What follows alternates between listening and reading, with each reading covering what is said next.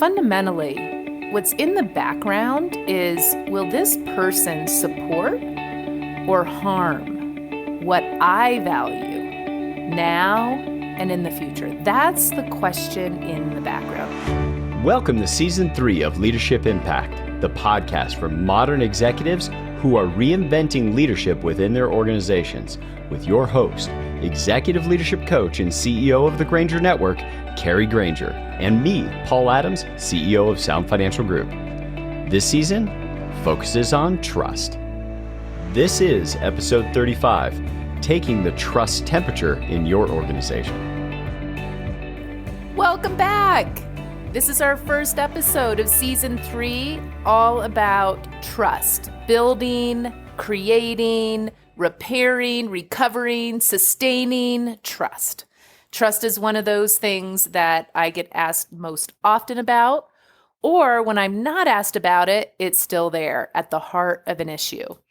So this first episode of this season on trust is all about taking the trust temperature. Well, I think that one of the things for all of our listeners, Kari, as they begin to even think about this, they're going to start with, well, I think everybody's pretty trusting in our organization, because it's a difficult thing to think of degrees of distrust that could exist. There's like a taboo around that. Mm-hmm. And so what will happen is people can feel like, oh, we got a pretty trusting organization, and they'll continue to feel that way until maybe trust in the organization is so bad that, you know, you end up with a higher employee turnover and a bunch of the negative outcomes that come from it. Yeah. And I think too, you know, one of the things that we were looking at before doing this episode is, if I'm good, then I just kind of assume it's good. Mm-hmm. Or if business is going well, trust is probably good. Yeah. Right. So if things are okay, why suspect trust? Yeah. Mm-hmm. Now things are okay while, you know, Charlie defends himself all the time. You know, Charisse resists everything you say. Paul's just a big blamer, complainer. You know, I mean, different Paul, of course. Example Paul, not example Paul. Podcast Paul. Okay, not podcast Paul. Example Paul. You know, every time I go into a particular meeting, I'm always expecting the worst. You know, no matter whenever anybody asks me what to do, I justify my actions first. It's not like, oh, tell me more so I can learn. No, let me just justify why I did what I did. It's just a beginning justification. Do we think that those have to do with trust very often? I don't think that's where people think it's a problem with the other person. Yeah. Like a personality type is like the default, when in fact it's trust. Yeah. So in our teaser, we talked about why trust. We made a case for trust. We talked about how, you know, trust provides us with a triple penalty or triple advantage when it comes to our imagination, decisions, and actions. That trust shapes the very scope of what we can do, even imagine what we can do, much less do. And that's a big, big deal when it comes to outcomes, right? So then the question is, well, what does trust look like? How do we take that temperature? You could take a survey, like, do you trust people or not? And sometimes that can give you a little bit of a temperature, but how do you tell when trust is present? Well, I can give one experience that we had in just the last year of where it wasn't. New team member, and I had just called to check in on something. I said, hey, did you get a chance to get this done yet? And it was, you talked about somebody being defensive, and she just came with a whole slew of why the thing wasn't done yet. And then it happened again. And then I checked with my business partner. He said, yeah, that happened to me too when I was helping her with that. And so we just stopped, and we both had a conversation with her at the same time. Like, I don't know what it was like for the organization you worked with us prior to us, but you won't get in trouble for giving us these answers. You won't.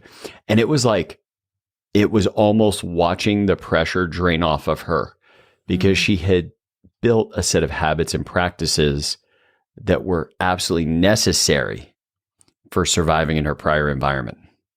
They just weren't necessary with us. In which she clearly couldn't trust something, like she was safe, or her answers, you know, would not have a particular retribution, right? Yes. Yeah. So I think, you know, what you bring up is really good. oftentimes I don't hear trust associated with behaviors like defending. But if you think about it, why would one have to defend? Because they perceive there's an attack going on. Yes. Yeah. So I got to have some kind of self-protecting strategies if I'm getting attacked. And some of those strategies that we see, and, if you want to look more into this, I recommend Charles Feltman's thin book on trust. It's a really quick read and useful.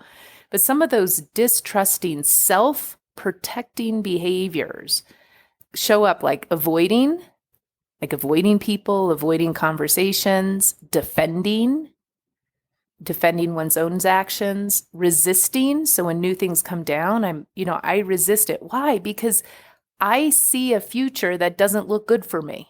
Yes. Or my identity or my role or my importance is at risk here, or my idea, or I don't quite trust that your idea or this change is going to have a positive outcome for me. Blaming, complaining, judging, gossiping, withholding information and ideas, expecting the worst, justifying and attacking, and there's more, right? My mind is just blown because you just listed off a whole set of symptoms that organizations run around trying to cure the symptom. Yes. Oh, so good, Paul. Like, oh, we've got a gossip problem. Mm-hmm. We've got a gossip problem. So what we need to do is make a rule of no gossip. It's like, oh, good, we got that one done. Resisting. Okay, we're going to have a workshop on how to getting not feedback. resist. Or let's create a strategy of how to, get around the resistors. Yes. Right? Yeah, but what if at the heart of it was a question of trust? So when we're speaking about trust now, my anticipation is for most of the audience, most people in business period, if you were to ask them the question of, do you know what trust is? The answer would be, oh yeah. And then if you followed up with, could you tell me what trust is? I think that a lot of people would kind of lock up. Because a lot of times it's like, well, trust. I mean, come on, everybody knows trust. As if it's an accepted part of the background, except I don't know that everybody shares the same background. So maybe we could have you just build for people a definition of trust. Yeah, well, that's really great, Paul. And throughout this season, I'm going to be pulling on you and I both are going to be pulling on a number of thought leaders in this field. And, I think in this episode, I'd like to look again at Charles Feltman's thin book on trust. Fundamentally, what's in the background is, will this person support or harm what I value now and in the future? That's the question in the background. Is this person, or is this situation, or is this organization going to support or harm what I value now and in the future? And if I assess that it's going to support me, I'm going to extend trust. If I assess it's going to harm what I value, I'm going to withdraw trust. So in other words, trust is choosing to risk making something you value vulnerable to another person's actions. I know I do this to you periodically, Kari, but can you say all of that again? Yeah. Trust is choosing. So trust is a choice. Yes. Yeah. And oftentimes we look at trust as, the trustworthiness belongs to the other person. Are they trustworthy enough? The proving is over there. But in this season, we're going to look at trust as an action, something you do. And the first action of trust is a decision. It's a choice to extend or withdraw my trust. So trust is a choice. What is it a choice for?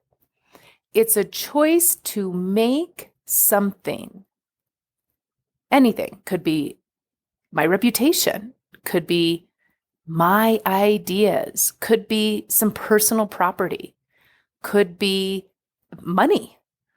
So it's choosing to risk making something I value vulnerable to another person's actions. So if I trust you, Paul, and I value my car, and I lend you my car, I'm choosing to make something I value, my car, vulnerable to your actions. If I trust you, Paul, as my colleague, and something I value is my ideas for, a really great idea, if I really trust you as my colleague, I'm going to share my idea, which makes my idea vulnerable to your actions. You could take it and you could take credit. You could take it, you could smash it and make me feel really stupid. Or you could take it and say, wow, that's a great idea, Kari. Let's build on that and bring it up to the next level or bring it out to the client. Right now I'm in a situation where I've made one of my ideas vulnerable to another consultant in a client system of mine. And, I feel very vulnerable here. And I trust this other consultant. And I have, quite often reflected on, was that a good idea to give a different consultant my idea to allow him to bring it forward on behalf of me? And that requires an extraordinarily high trust between us. Now, why wouldn't I bring it forward? Because our collaboration can create a greater outcome in the client system. So what we see in high trusting behaviors is collaboration, is sharing information, sharing ideas, is engaging in conversations, debating ideas, offering things, expecting the best, cooperating, being willing to look at one's own actions. So, when I go back, I'm going to say this again, as you asked, will this person support or harm what I value now in the future? I'm choosing to risk making something I value vulnerable to another's actions. And when I make that choice, if I'm not making it, I'm going to withdraw. If I am making it, I'm extending. And if I can extend my trust and you and I can step into that, greater outcomes are possible. I like that. And you mentioned it's the assessment somebody makes. Mm-hmm. Though, can there also be like a mood of distrust where people stop making the assessment actively? It just kind of falls into the background and that's the way people are behaving? I think most people are not aware that they're making an assessment. And I don't think they're often aware of their mood. I mean, I do feel like in the example you brought up of, did you say it was a work colleague? Mm-hmm. Yeah, new employee of ours in the last year. Yeah, I do feel like this new employee that you brought up, certainly things that have happened in her past contributed to a mood or, a predisposition for distrust. Mm-hmm. So moods often give us a predisposition, like we're disposed to act in a certain way. We're disposed to see the world in a certain way. So if you're in a mood of distrust, it's like no matter what the situation is, you're predisposed to be less trusting. You're predisposed to limit your trust. You're predisposed to defend, to protect. Yeah, and I think in one of these episodes, we might really get into the moods, that are conducive or not for trust. So for everybody listening now, and perhaps now they're noticing, they didn't notice it as trust before, but they're noticing some of the symptoms that you talked about, and they see it in maybe a team within their leadership impact. And their leadership sphere, there's a whole team or just a person that appears to be defaulting toward distrust. How do they start to I think of it like, maybe an animal that's been abused and you're trying to coax them out to just get them to, you can eat from my hand, I'm not going to hurt you. And that, how do you start to do that with some of these folks that maybe have some past woundings around trust? Yeah, and I think we're going to explore this quite a bit throughout our season. I think the first thing is to realize that me as a trustor have great responsibility in the relationship, right? So it can, I love the question you asked because I can impact that. And I love that you saw with your new employee an opportunity to impact that. And so if we just begin with the stand that every interaction is an opportunity to build trust or erode trust. Well, there's some serious accountability with every communication you have with somebody on your team, a customer, a spouse. Yeah. So we're building, and I might put sustain too, every opportunity is an opportunity to build or sustain or erode. So, as you ask that question, how do I coax them out? I could get curious. Okay, I could build trust in this situation. Maybe I won't get there all the way, but how might I build it a little bit is I could get curious, like what is animating this person's actions? What's animating his defensiveness? Just like you did with your new employee, what's animating so much judgment over there? And just getting curious about those actions. Wow, I noticed, I felt like maybe you thought I was attacking your ideas, or I think I picked up on some kind of protecting or defending behaviors. Is there something I'm doing, or what did I totally just misread that? Because later we'll talk about this cycle of distrust in which sometimes we can really misread actions and contribute to the erosion. And if I remember right from our episode on producing that curiosity, that's where our what questions get powerful, not using why, but what did I do instead of the why, so we don't further inflame that. What happened that is producing so much anxiety in this situation? Was it something in the far distant past, or was it something more recent? Yeah. Yes, that's wonderful. So if we look at, taking the trust temperature, you can actually look around and you can see how much of those distrusting, self-protecting strategies are you noticing in yourself and others, and how much of those trusting behaviors, cooperating, collaborating, engaging, dialogue, debating, supporting, sharing, expecting the best, are you noticing?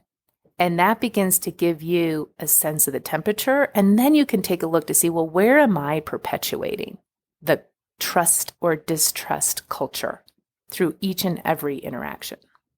So I think for people to take away from this episode today is the idea of starting to look, and it's not like the company as a whole. It might be a team that you're a part of, and another team behaves differently. And you might wonder why that is.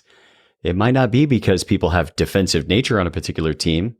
It might not be because some teams are better at cooperating. It might just be underlying trust. You could begin to observe that at a minimum this week. And then you can go in and realize in each of your interactions, just for fun, look at your calendar. You're driving into the office right now while you're listening. Look at your calendar when you get there. Don't look at it while you're driving. And take a look at each of those interactions you've got coming and say, what could I do to further engender trust in each of these interactions throughout my day, and make that a part of something you look at for every meeting you have this week, so that when you come back for the next episode, you're going to have gotten a chance to observe little things inside your own organization, your own relationships, that you'll be able to layer the next podcast on top of. As always, we would recommend that you take some time, share this episode with one or two key colleagues within your organization. And from everybody here at Granger Network and from Kari and Paul, we hope that this has been a contribution to your leadership impact.